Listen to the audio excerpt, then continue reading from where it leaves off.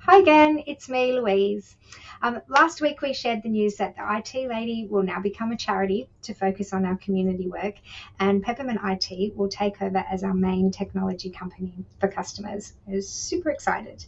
And today I wanted to share with you the story behind the creation of IT Lady and how it connects to Peppermint IT. IT Lady was born out of my love for technology and the desire to make it useful to everyone.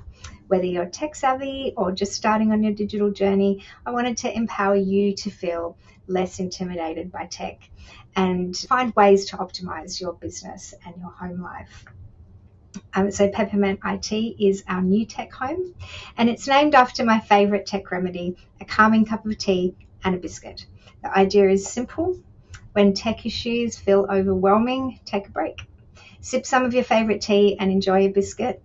It's not just about the refreshment, it's about giving your mind a chance to reset. If you walk away from the problem, it quite often sorts itself out.